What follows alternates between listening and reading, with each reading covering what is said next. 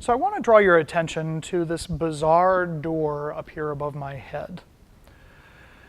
Many times when we're giving tours here in the theater, people will say, what are these doors? And by that they mean not only this door, but one on the opposite side of the stage that is just like it. And for a long time, I didn't know the purpose of these doors. As you can see in the current condition of the theater, there's no real way to tell how people got up there, and there's no indication that there was even a floor necessarily in that space. So it was a bit puzzling as to why these doors would be here. Well, it turns out that one of our interviewees for our oral history project was Bobby McConnell. Bobby McConnell actually worked at both the Pastime Theater and the Appalachian Theatre around the time of the 1950 fire. He was a teenager.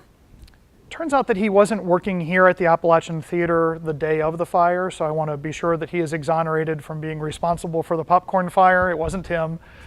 But Bobby came on one of our tours one time, and he actually asked me, do you know what the doors were for? And I said, I don't. I figured you might know. He said, I don't really remember these. And he thought about it a little bit more and couldn't come up with any real purpose for them. Well, that was on a Friday. The following Sunday at 6 o'clock in the morning, my phone rang, and it was Bobby McConnell. And he said, I'm sorry to call so early, but I just had a dream, and I was in the theater, and I was having to do work for the theater, and one of the things I had to do was get supplies, and that meant that I had to go up onto the stage, pull the ladder out, put it up against the wall, and climb up the ladder, open the door, and then step into one of those closets that was located up above the closets down below, and pull supplies out, throw them onto the stage, and take them to where they needed to go.